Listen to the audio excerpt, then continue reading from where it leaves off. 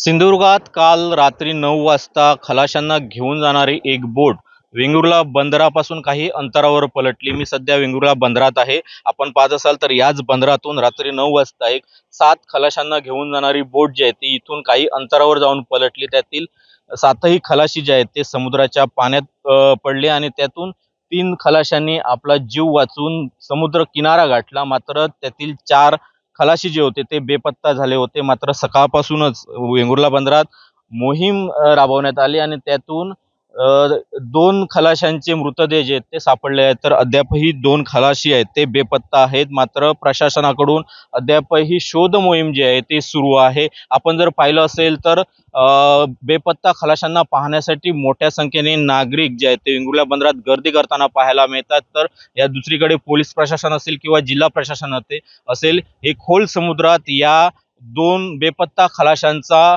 शोध जे आहे ते शोध मोहीम राबवताना पाहायला मिळत आहे। एकंदरीत जर पाहिलं असेल तर रात्री वादळी वाऱ्यासह झालेल्या पावसाचा फटका जो आहे तो या खलाशांना बसला आणि ही खलाशी बोट जी आहे ती पलटून ही दुर्घटना घडल्याचं आपल्याला पाहायला मिळत आहे। कॅमेरा पर्सन सुरेश सह सदाशिव लाड, एबीपी माझा, वेंगुर्ले, सिंधुदुर्ग।